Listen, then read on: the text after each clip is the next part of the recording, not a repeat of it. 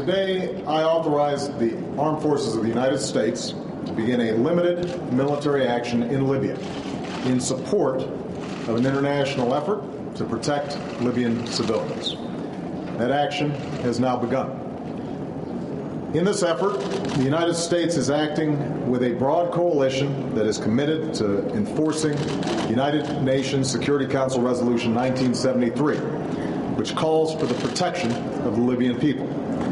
That coalition met in Paris today to send a unified message, and it brings together many of our European and Arab partners.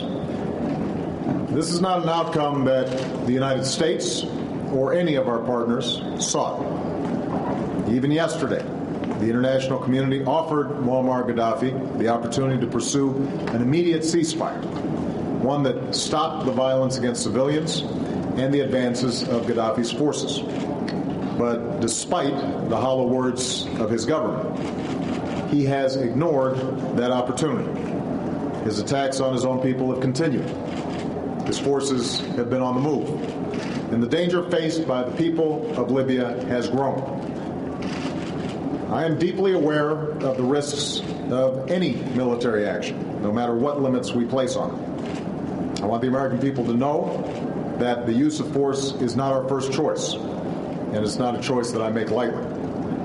But we cannot stand idly by when a tyrant tells his people that there will be no mercy, and his forces step up their assaults on cities like Benghazi and Misrata, where innocent men and women face brutality and death at the hands of their own government. So we must be clear.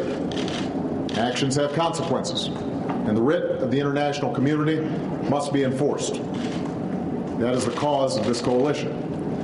As a part of this effort, the United States will contribute our unique capabilities at the front end of the mission to protect Libyan civilians and enable the enforcement of a no-fly zone that will be led by our international partners. And as I said yesterday, we will not, I repeat, we will not deploy any U.S. troops on the ground.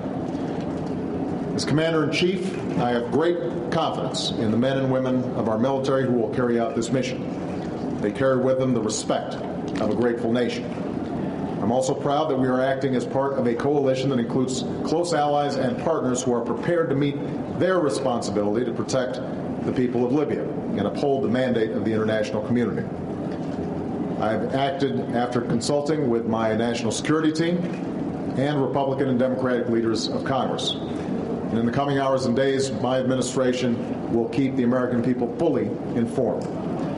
But make no mistake, today we are part of a broad coalition. We are answering the calls of a threatened people, and we are acting in the interests of the United States and the world.